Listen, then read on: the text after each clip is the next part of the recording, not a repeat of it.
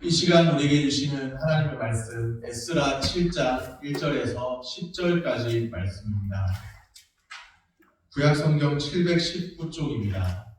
이일 후에 아사왕 아닥사스다가 왕위에 있을 때에 에스라라 하는 자가 있으니라. 그는 스라야의 아들이요 아사랴의 손자요 hil기야의 증손이요 살룸의 hun손이요 사독의 어대손이요 아히두의 6대손이요 아마랴의 7대손이요 아사랴의 8대손이요 우라요의 9대손이요 스라히야의 10대손이요 우시엘의 11대손이요 북기의 12대손이요 아비스와의 13대손이요 비느하스의 14대손이요 엘라살의 15대손이요 대제사장 아론의 16대손이라.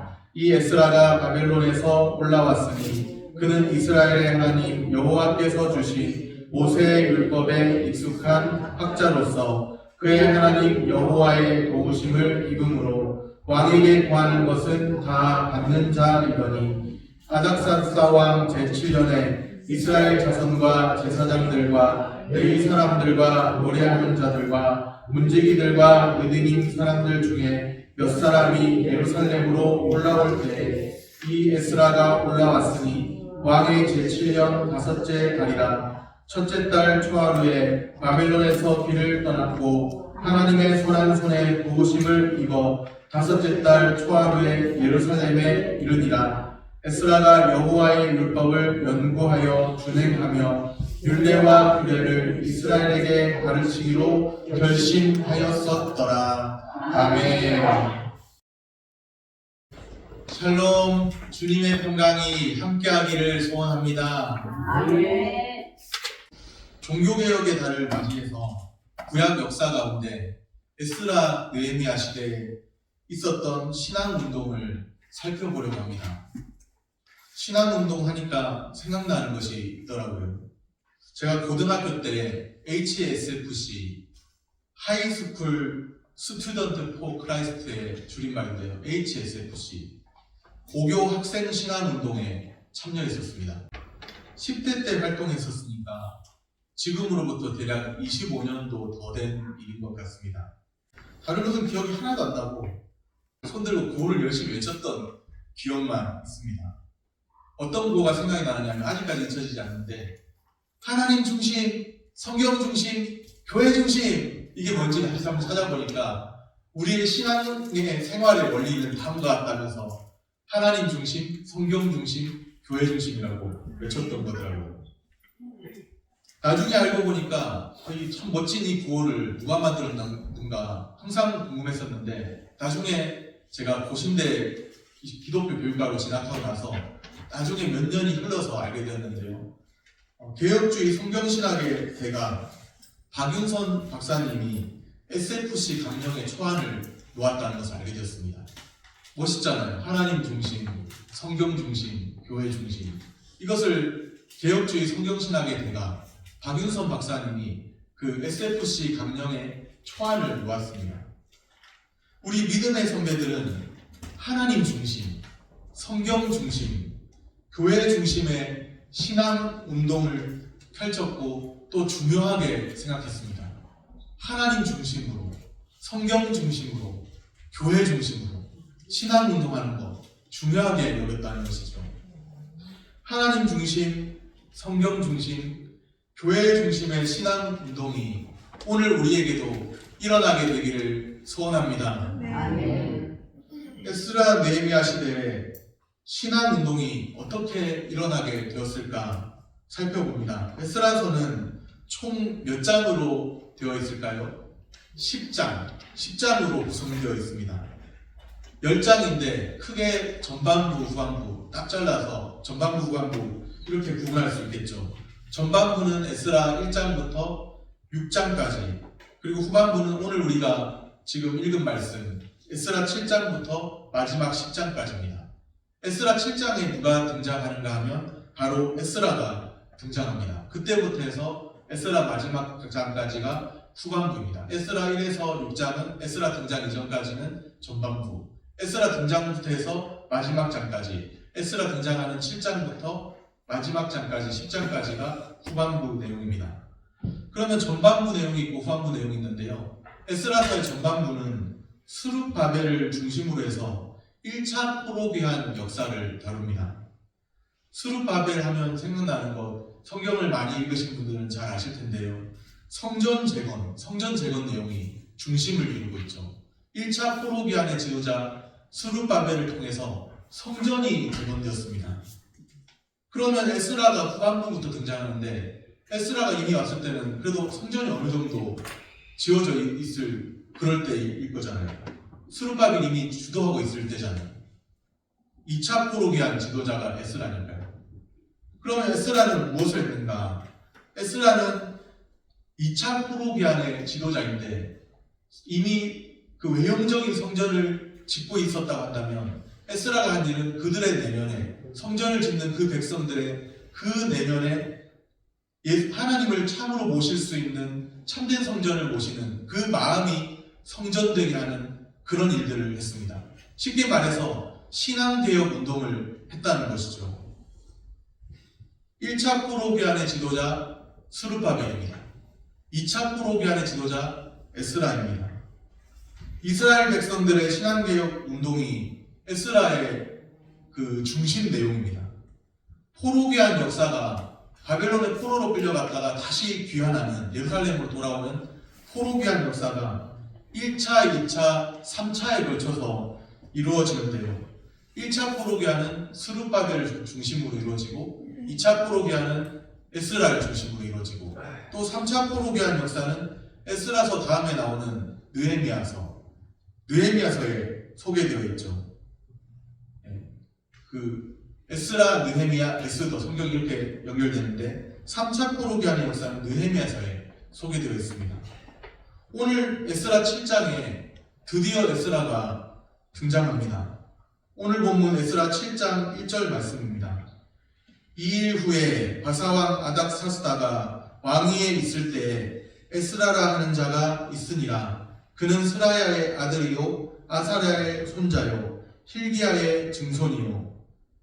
이렇게 누구의 증손이고 누구의 아들이고 그런 건 누구의 손자고 그런 건 다 모른다 하더라도 에스라가 등장했습니다. 에스라가 등장했는데 이 에스라가 어떤 사람일까요?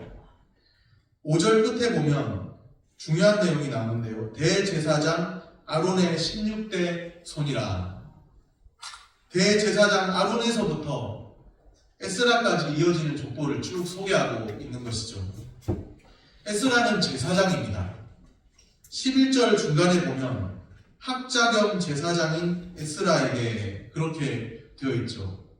학자 겸 제사장이에요. 에스라는 신앙개혁을 이룬 사람이지만 또 학자 겸 제사장입니다. 에스라는 학자이기도 합니다. 학자. 어떤 학자일까요? 모세의 율법에 정통한 학자입니다. 6절에 보면 이 에스라가 바벨론에서 올라왔으니 그는 이스라엘의 하나님 여호와께서 주신 모세의 율법에 익숙한 학자로서 모세의 율법에 익숙한 학자예요. 이 에스라가 바벨론에서 올라오면서부터 역사가 일어나는 겁니다. 신앙운동의 역사가 일어나는 것이죠. 물론 회개와 회복과 부흥을 주시는 분은 누구실까요? 하나님이 회개와 회복과 부흥의 은혜를 역사를 주십니다.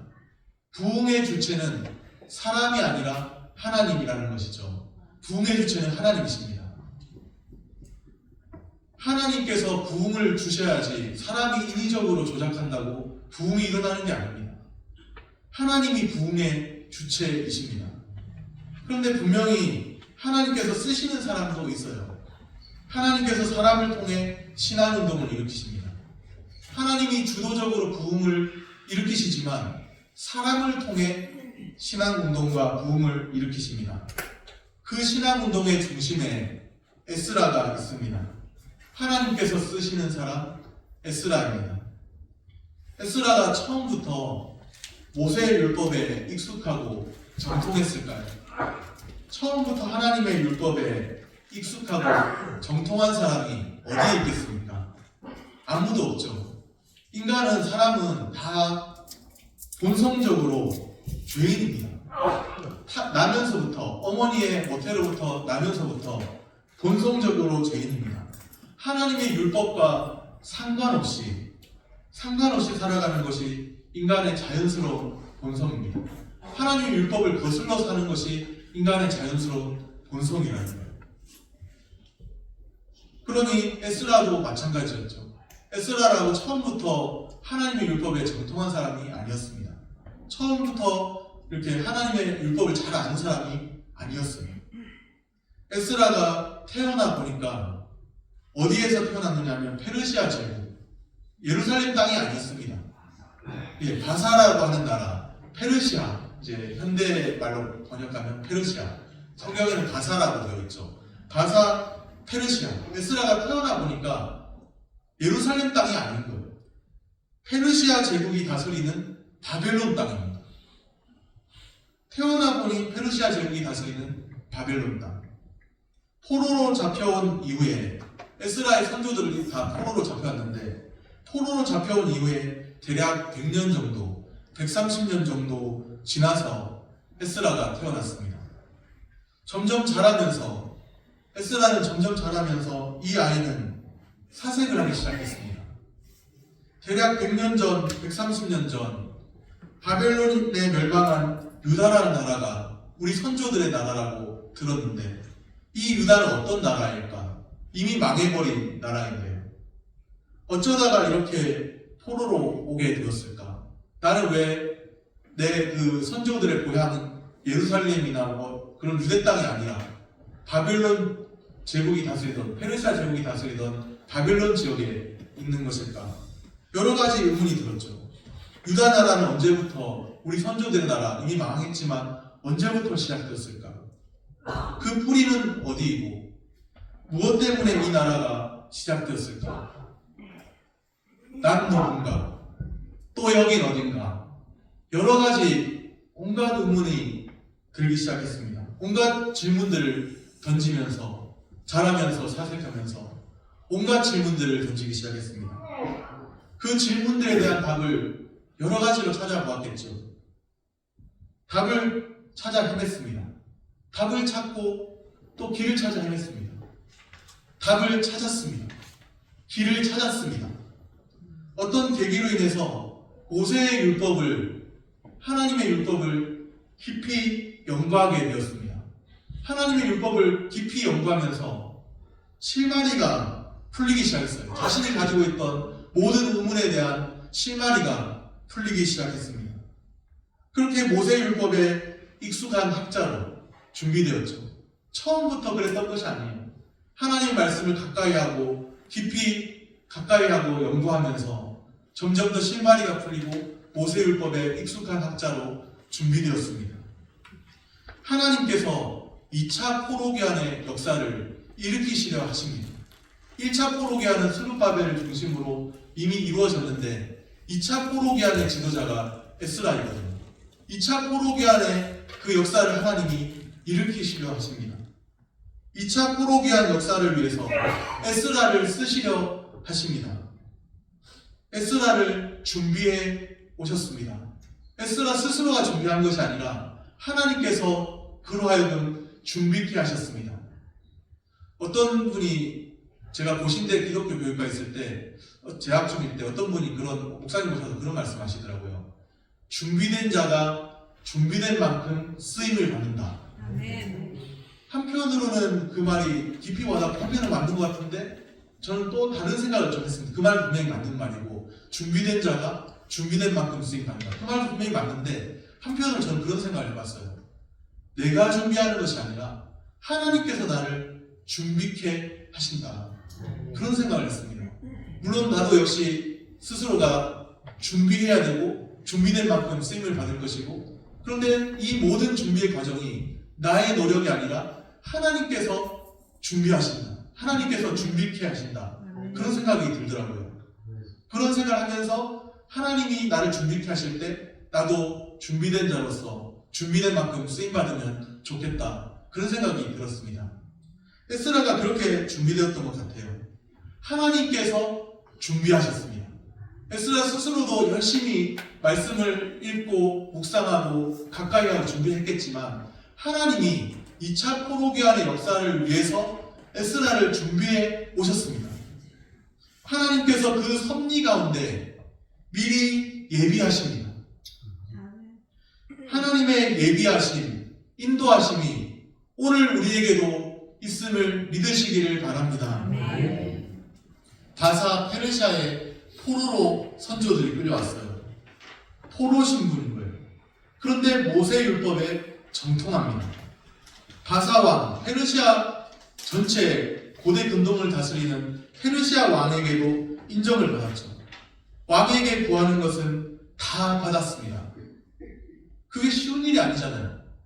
모세 율법에 정통하다고 페르시아 왕이 그를 인정해 줍니까? 그런데 페르시아 왕이 에스라를 인정해주고 왕에게 구하는 것은 다 받는 그런 자리에 있었습니다.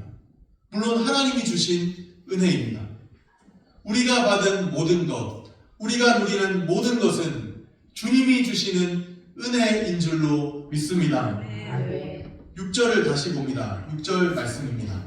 이 에스라가 바벨론에서 올라왔으니 그는 이스라엘의 하나님 여호와께서 주신 모세의 율법에 익숙한 학자로서 그의 하나님 여호와의 도우심을 입음으로 왕에게 구하는 것은 다 받는 자이더니. 아멘.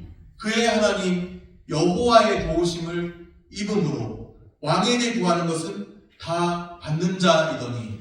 페르시아 왕에게 구하는 것은 다 받았다는 말씀입니다. 그런데 그 왕의 호의를 받게 된 것이 그의 하나님 여호와의 도우심을 입음으로, 주 하나님의 도우심으로 놀라운 은혜를 누립니다. 생각지 못했던 은혜, 예상치 못했던 호의를 누립니다. 오늘 우리가 받는 사랑, 누리는 은혜, 무슨 까닭인가요? 웬 말인가요? 웬 은혜인가요? 우리가 받는 은혜, 무슨 까닭일까요? 하나님의 손길이 우리 삶에 머물러 있기 때문인 줄로 믿습니다. 하나님의 손길이 에스라의 삶에 머물러 있습니다. 하나님의 손길이 우리 가운데에도 머물러 있습니다. 하나님의 손길 보이십니까?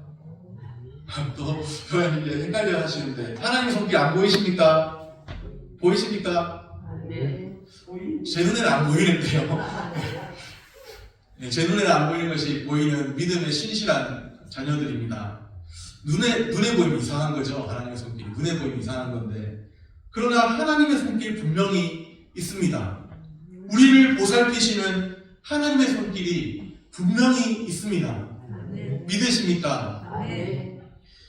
회개와 회복과 부흥이 일어날 때 하나님의 손길이 역사하십니다. 보이지 않아도, 눈에 보이지 않아도 역사하시는 하나님의 손길이 있습니다. 하나님의 선한 손에 도우심이 역사합니다. 롬828, 로마서 8장 28절, 외우기 쉽게 롬828인데요. 로마서 8장 28절, 무슨 말씀일까요? 우리가 알거니와 하나님을 사랑하는 자, 곧 그의 뜻대로 부르심을 입은 자들에게는 모든 것이 합력하여 선을 이루느니라. 아멘. 제가 이 말씀을 오래전에 청년 때 말씀을 저도 에스라처럼 하려고 했던 건 아닌데 연구하면서 말씀을 묵상하면서 어쩌다가 보게 됐어요. 그 로마서 8장 28절 밑으로 이렇게 각주처럼 처리되어 있는 나나주라고 하나요? 그 각주처럼 있는 어떤 성경 밑에 있는 말씀을 봤는데 어떤 내용을 보게 됐느냐면 어떤 사본에는 그 하나님이 모든 것을 합하여 선을 이루시느니라, 모든 것이 합력하여 선을 이루느니라 이렇게 되어 있는 말씀인데 어떤 사본에는 하나님이 모든 것을 합하여 선을 이루느니라. 그 말씀이 굉장히 새롭게 다가오더라고요. 그냥 저는 우리가 힘을 합쳐가지고 청년 때 생각할 때, 쉽게 생각할 때 우리가 힘을 합쳐서 모든 것이 합해서 선을 그렇게 이루는 거겠지 이렇게 생각하다가 어떤 사본에는 하나님이 모든 것을 합하여 선을 이루느니라 이 말씀을 딱 발견하고 나서는 제 마음에 뭔가 커다란 뭔가가 와닿는 그런 느낌이더라고요. 하나님이 모든 것을 아파요. 그 말씀이 해석되기로는 하나님은 악조차도 사용하셔서 모든 것을 합하여 내가 볼 때 불합리해 보이는 모든 것을 합하여 선을 이루어 가신다는 말씀으로 해석이 되었습니다. 굉장히 크게 들리더라고요. 그냥 우리가 힘을 합쳐서 합심해서 선을 이룬다, 그런 표현이 될 수도 있을지 모르겠지만 더 궁극적으로는 하나님께서 모든 것을 합하여 모든 상황, 내가 볼 때 불합리해 보이는 그 모든 상황조차도 합하여 선을 이루시는 하나님이 계시다. 이것이 굉장히 놀랍고 큰 말씀으로, 위로의 말씀으로 다가오더라고요. 롬 8:28, 로마서 8장 28절 말씀입니다. 하나님께서 모든 것을 합하여 선을 이루십니다.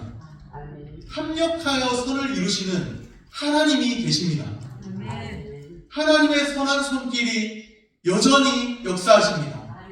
지금 내게 있는, 내가 처해 있는 모든 환경, 상황, 내가 볼 때는 불합리해 보이고 좀 답답해 보이는 그런 환경조차도 하나님이 모든 것을 합하여 하나님의 선을 이루어 가십니다. 때로는 내가 하나님께 더 매달리게 하시고 그 상황 때문에 더 매달리게 하시고 하나님을 더 바라보게 하시고 하나님의 궁극적인 선을 향하여 하나님이 선을 이루어 가십니다.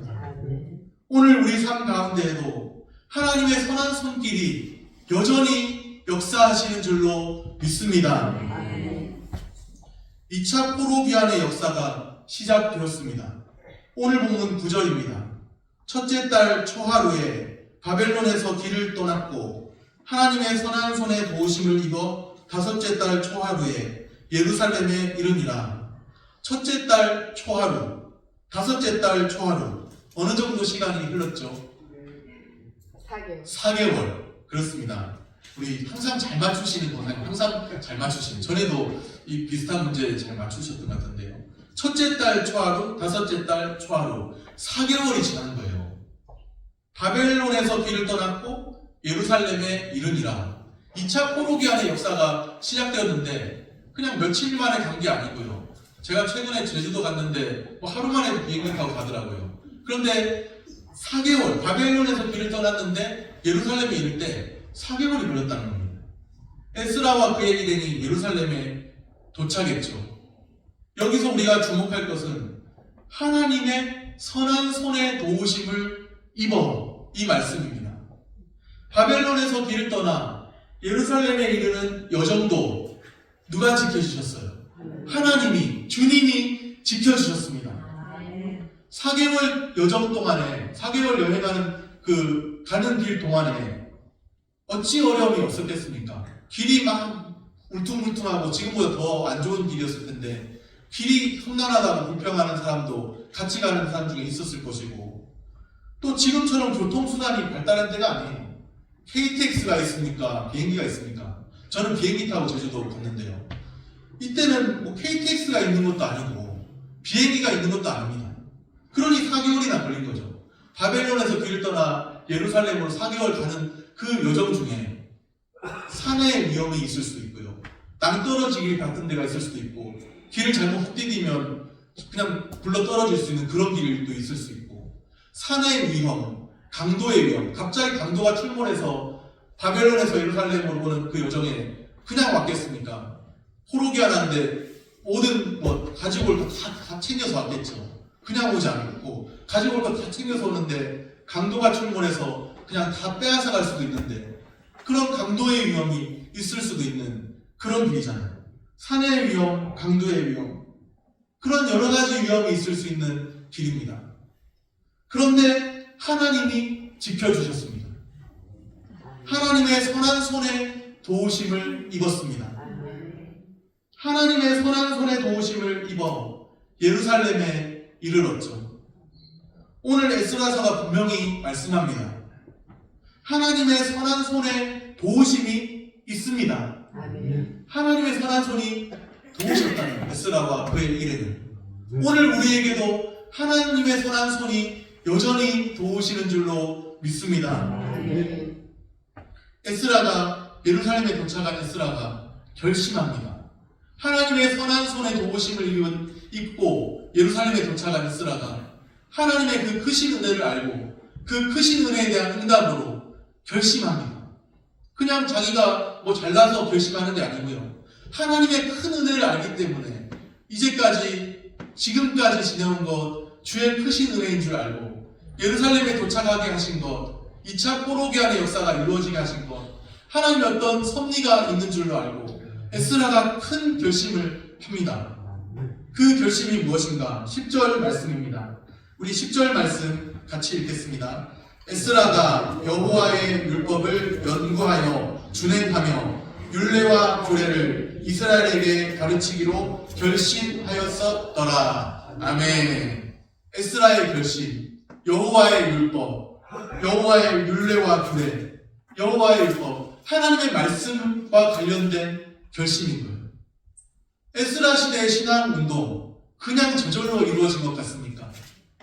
하나님의 말씀을 가까이 하고 묵상했던 에스라가 있고, 또 그 말씀을 또 다른 백성에게 전달하고 같이 공유하고 하나님 말씀 중심의 회복운동이 일어나길 원하는, 열망하는 에스라와 그의 일행들이 있었기 때문에 그 시대의 신앙운동이 가능했습니다. 신앙운동의 중심에는 하나님의 말씀이 있었다는 것이죠. 간증이 있었던 게 아니에요. 간증도 중요하지만 간증이 있었던 게 아니고 인문학 강좌가 있었던 게 아니에요. 우리를 진정으로 살게 하는 것이 무엇인가? 하나님의 말씀인 줄로 믿습니다. 정황무호하고 신앙과 생활의 유일한 규칙이 되는 하나님의 말씀, 그 말씀이 있었기 때문에 에스라 시대의 신앙운동이 가능했습니다. 에스라 시대의 신앙운동은 서서히 이렇게 준비되고 있었습니다.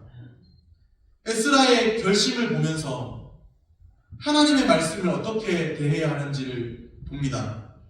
첫째로 하나님의 말씀은 연구해야 합니다. 말씀을 묵상해야 한다는 거예요. 말씀을 가까이 하고 말씀을 가까이 하는 일들을 해야 한다는 거예요. 갑자기 가만히 있는데 하나님의 말씀이 떠오르는 경우도 있을 수 있습니다.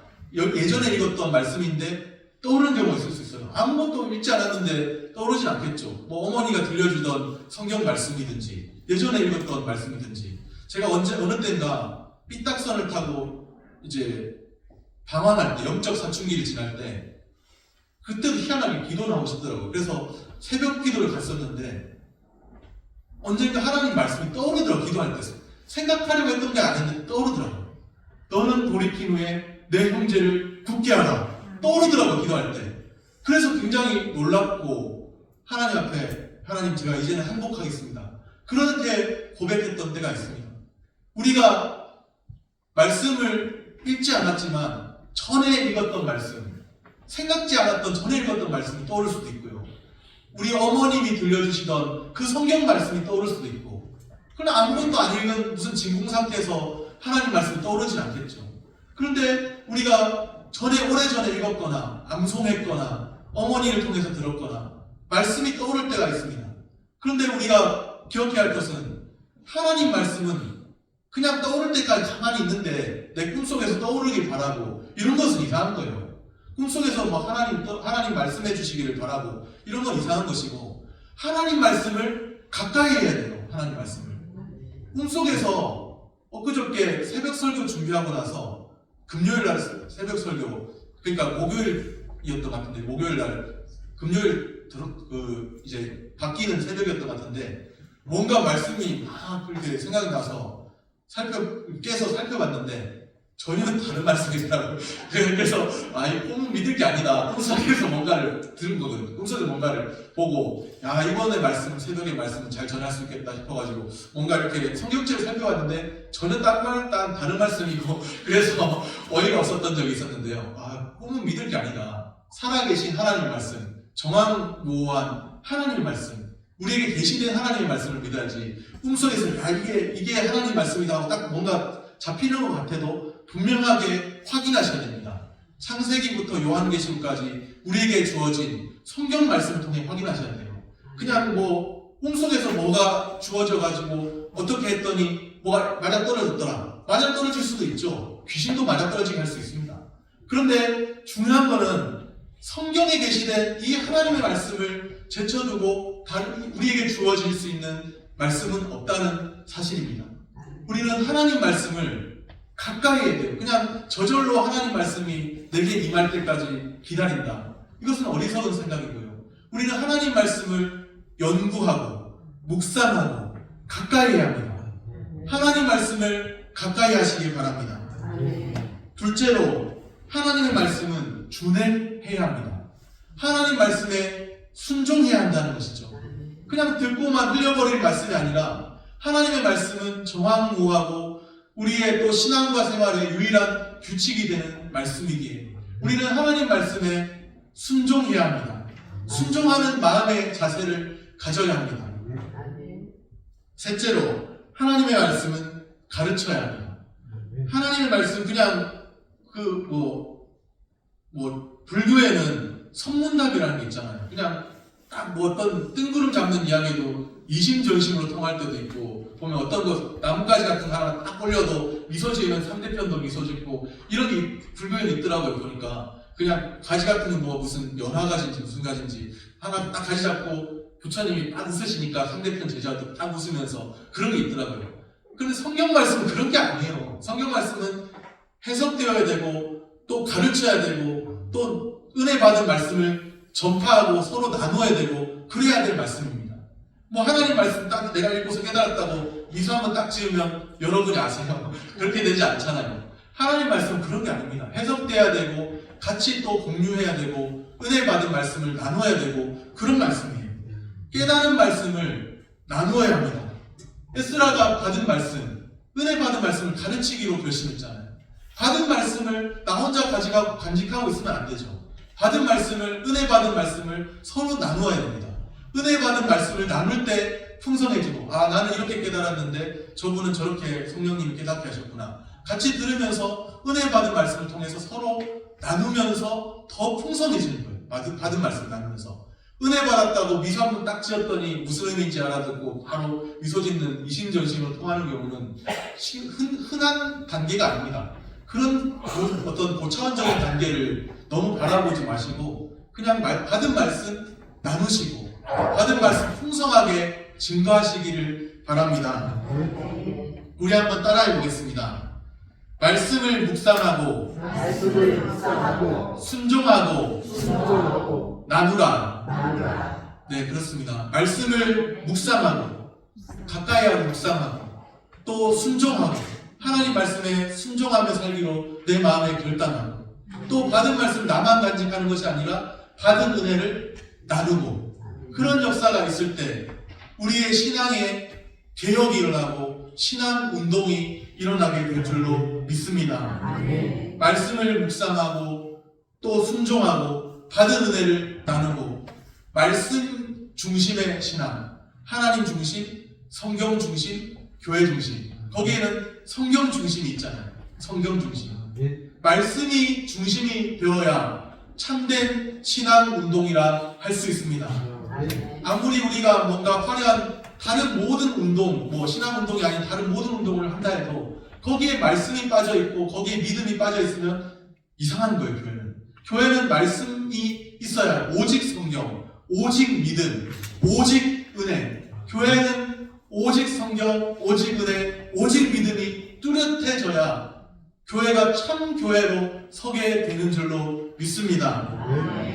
말씀을 묵상하고 그 말씀에 순종하기로 결단하고 또 받은 말씀을 나만 간직하는 것이 아니라 받은 은혜를 나누고 그런 은혜가 우리에게 있게 되기를 소원합니다. 말씀을 정리합니다. 하나님께서 그 섭리 가운데 미리 예비하십니다. 주 하나님의 도우심으로 하나님의 선한 손의 도우심으로 놀라운 은혜를 누립니다. 말씀을 묵상하고 순종하고 받은 은혜를 누립니다. 오늘 우리 가운데에도 에스라 시대의 신앙 운동과 부흥의 역사가 우리 가운데 일어나게 되기를 축복합니다. 기도하겠습니다.